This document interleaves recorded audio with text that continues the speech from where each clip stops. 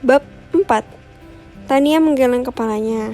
Melihat ini semua orang tersenyum mengerti kenapa Tania mengatakan semua itu. Ia hanya tidak ingin adiknya pergi secepat ini.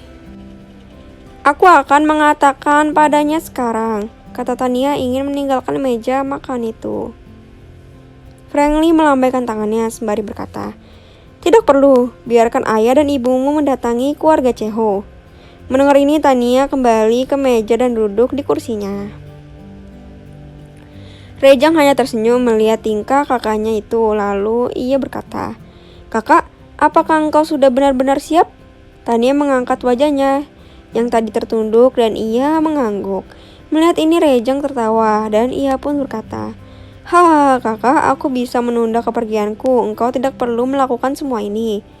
Mendengar ini Tania tersenyum lalu menjawab, kalau begitu bagus, sebulan engkau baru boleh pergi. Rejang kembali tertawa sembari berkata, baiklah, aku akan mengajarkan semuanya untukmu. Namun untuk pertunangan tadi bagaimana? Merasa digoda oleh adiknya, Tania yang sudah kembali ke sifat aslinya lalu tertawa senang. Dan ia berkata, lupakan soal itu. Yang penting, adik tidak pergi dulu hingga aku mendapatkan semuanya. Semua diam mendengar pembicaraan kakak adik ini. Rejang yang terus mengunyah makanan kecil di hadapannya kembali menjawab, kakak tidak akan sanggup menerima semuanya. Namun, aku akan mengajarkan intinya saja sudah cukup. Dan aku jamin di seluruh negeri ini tidak akan ada yang bisa mengalahkan kakak kecuali aku dan ayah. Tania tersenyum senang mengangguk dan berkata, baik, mari kita mulai sekarang. Seakan tidak ingin membuang waktu untuk bersama dengan adiknya, Tania meminta diajarkan hari ini juga. Cecilia memegang tangan putranya lalu bertanya, benarkah engkau akan menundanya? Benar ibu, kakakku tidak rela aku pergi sebelum ia mendapatkan semua milikku. Jawab Rejang sembari berdiri lalu masuk ke rumah besar diikuti Tania di belakangnya. Melihat ini Anita lalu berkata, Tania hanya menurut apa kata adiknya. Begitu juga sebaliknya. Mereka memang susah untuk dipisahkan, tambah Feng Long. Cecilia yang tersenyum bahagia hanya mengangguk. Sebulan berlalu, Tania sudah mematangkan jurus baru yang diajarkan oleh adiknya. Hari ini Rejang sedang siap untuk memulai petualangannya. Cecilia menyiapkan pakaian yang dibawa, sedangkan Frankly memberikan kartu ATM untuk putranya itu. Nenekmu sudah mengatakan jika kesulitan engkau bisa datang ke keluarga kita, kata Frankly sembari memeluk putranya. Rejang mengangguk lalu memeluk Cecilia dan ia berbisik, ibu aku pergi dulu, jaga kesehatan ibu, ayah, dan kakak. Cecilia yang menangis memeluk putranya mengangguk. Setelah berpamitan pada semua orang, Rejang meninggalkan Puncak Kaba. Setelah Rejang pergi, Anita bertanya, apakah kalian tahu kemana ia akan pergi? Frankly dan Cecilia menggeleng kepalanya. Melihat ini Anita Lu kembali bertanya, siapa orangmu yang mengawasinya? Kembali Frankly menggeleng kepalanya. Engkau ayah tidak berguna. Putramu itu dari kecil tidak pernah meninggalkan Jiangling. Ia pergi tanpa tujuan dan engkau tidak menyiapkan orang untuk mengawasinya. Lalu dari mana kita dapat informasi mengenai keadaannya? Anita Lu berkata dengan penuh emosi. Frankly tertawa mendengar ocehan ibunya. Melihat putranya tertawa, Anita Lu terdiam. Di ijazahnya tertera nama Rejang. Aku pikir tidak banyak orang bernama Re dan bermarga Jang, berkaki pincang, dan berusia 13 tahun di negeri ini, kata Frankly sembari terus tertawa.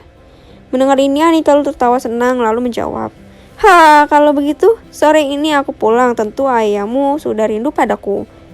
Ibu, tundalah dulu, temani aku di sini. Hari ini cucumu pergi, lalu aku bagaimana?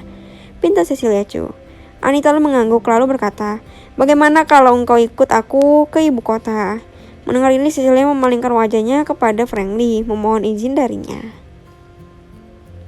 Engkau pergilah ikut ibu dan bawa Tania juga, kata Frankly mendengar kata-kata suaminya. Cecilia dan Tania ikut, sembari tersenyum masuk ke rumah untuk bersiap-siap. Ibu tahanlah ia di ibu kota hingga aku menjemput mereka, pinta Frankly. Anita Lu mengangguk lalu masuk untuk berkemas juga. Kita tinggalkan Puncak Kaba. Rejang Dengan menggunakan pesawat, ia terbang menuju utara. Hari ini sudah seminggu ia tinggal di utara, di sebuah kota kecil di utara, tepatnya di Heihe. Di sanalah Rejang menyewa kamar harian. Beberapa hari yang lalu ia sudah mendaftar di sekolah tingkat pertama di kota itu. Hari ini adalah hari pertama ia masuk ke sekolah. Dengan kaki pincangnya ia mengikuti seseorang guru menuju kelasnya. Dalam kelas, sang guru memperkenalkan Rejang, lalu menentukan di mana bangkunya. Di hari pertama itu ia tidak mendapat satupun teman karena anak-anak itu tidak ada satupun yang ingin berteman dengannya. Bel sekolah berbunyi, tanda jam sekolah berakhir, maka anak-anak itu berhamburan keluar kelas untuk segera pulang. Di antara mereka ada yang menggunakan kendaraan bermotor, sebagian lainnya dijemput oleh orang tua mereka. Rejang hanya berjalan kaki sendiri keluar dari sekolah lalu berjalan kaki menuju tempat tinggalnya di pinggiran kota. Ia sengaja berjalan kaki untuk mencari pekerjaan sampingan setelah keluar dari sekolah. Setelah beberapa kali keluar masuk restoran di mana ia selalu ditolak, hingga ia melihat sebuah restoran kecil.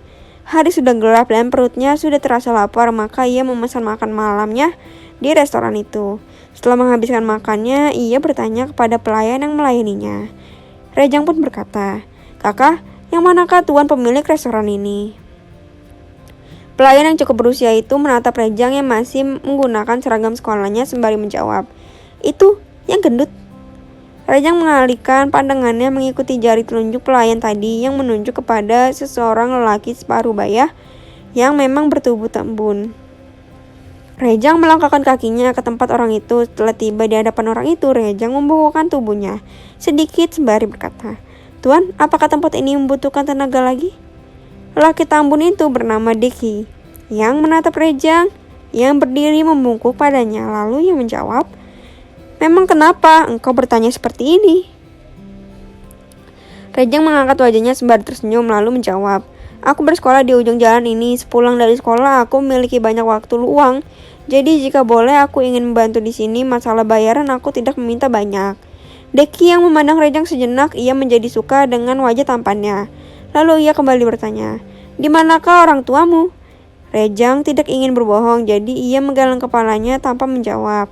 Melihat ini, Deki yang tersentuh dipikirnya, pasti orang tua bocah ini sudah tiada, namun tekadnya untuk terus bersekolah menyentuh hatinya. Lalu ia berkata, "Baiklah, engkau bisa datang lagi besok dan mulai bekerja.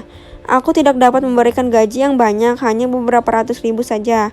Namun kau bebas untuk makan dan tinggal di sini karena kami memiliki asrama di belakang restoran ini." Mendengar ini, Rejang mengangguk sembari membungkuk. Ia pun berkata, "Terima kasih, Tuan. Besok sepulang sekolah aku akan memulai untuk bekerja." Setelah pamit, Rejang meninggalkan restoran itu, kembali ke rumah yang ia sewa harian. Jika saja ia ingin menggunakan kartu milik ayahnya, maka semua ini tidak perlu. Bahkan ia bisa membeli rumah yang paling mewah untuk tempat tinggalnya. Namun ia tidak melakukan itu dan ingin menghasilkan uang sendiri. Bahkan beberapa lembar baju yang disiapkan oleh ibunya ia berikan kepada orang lain, sementara ia membeli beberapa lembar baju di emperan toko dengan harga murah. Keesokan harinya ia berangkat ke sekolah sembari membawa pakaiannya, jadi tasnya terlihat besar. Di hari kedua ia sekolah, ia mulai menerima banyak ejekan, namun semua dianggap angin lalu. Sepulang dari sekolah, ia langsung menuju restoran Deki yang memulai pekerjaannya sebagai tukang cuci piring. Karena usianya masih kecil, Deki tidak meminta ia untuk menjadi pelayan. Demikianlah sejak hari itu Rejang pagi bersekolah dan pulangnya ia bekerja. Beberapa bulan kemudian banyak hal yang terjadi. Di sekolah, Rejang sudah mendapat beberapa teman yang ingin berteman dengannya karena otaknya yang memang tokcer. Hingga banyak pertanyaan yang diborong habis olehnya sendiri. Perlahan ia menjadi terkenal di sekolah sebagai anak yang pintar. Begitu juga di restoran milik Deki.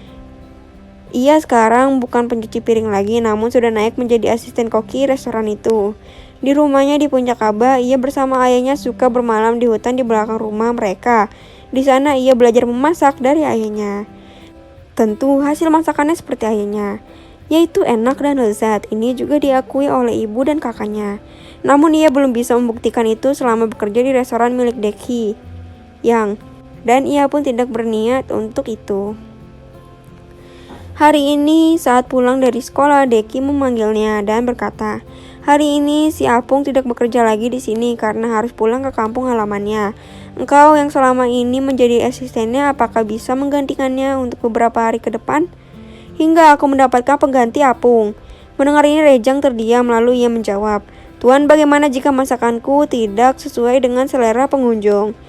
Deki tertawa lalu ia kembali menjawab, tidak usah engkau pikirkan dahulu. Engkau coba dulu, jika tidak cocok maka kita bisa mencari penggantimu secepatnya." Rejang tersenyum lalu menjawab, "Baik tuan, aku bisa memasak namun bumbuku sedikit berbeda. Semoga pengunjung restoran kita menyukainya." Deki pun tertawa mengangguk. Pesanan pertama datang karena memang restoran ini hanya buka sore hari hingga tengah malam. Deki sudah mengingat pelayan untuk menyampaikan kepada tamu bahwa makanan hari ini harganya dipotong 50% sebagai uji coba menu baru. Hingga tengah malam Rejang selalu sibuk melayani beberapa pesanan. Hingga sudah mendekati tutup, ia kembali dipanggil oleh Dekiang. Dengan sedikit rasa takut, ia mendatangi. Deki di kejauhan menatap Rejang sembari tersenyum. Begitu dekat, Deki menepuk pundaknya sembari berkata, "Kau tahu, masakanmu selalu menuai pujian dari semua pengunjung." Mendengarnya Rejang pun tersenyum senang lalu ia berkata, "Namun hari ini kita rugi karena bumbu banyak yang terpakai, namun harga jual sudah dipotong 50%. Deki pun tertawa mendengar jawaban Rejang ini lalu ia menjawab, aku sengaja menurunkan 50%. Jika masakanmu tidak disukai maka mereka akan tetap datang ke sini. Jadi bila hari ini kita rugi maka besok kita akan mengeruk keuntungan." Rejang menjadi paham cara berdagangnya Dekiang. Memang bagus mengantisipasi di awal. Sejak hari itu Rejang menjadi koki tetap di restoran itu.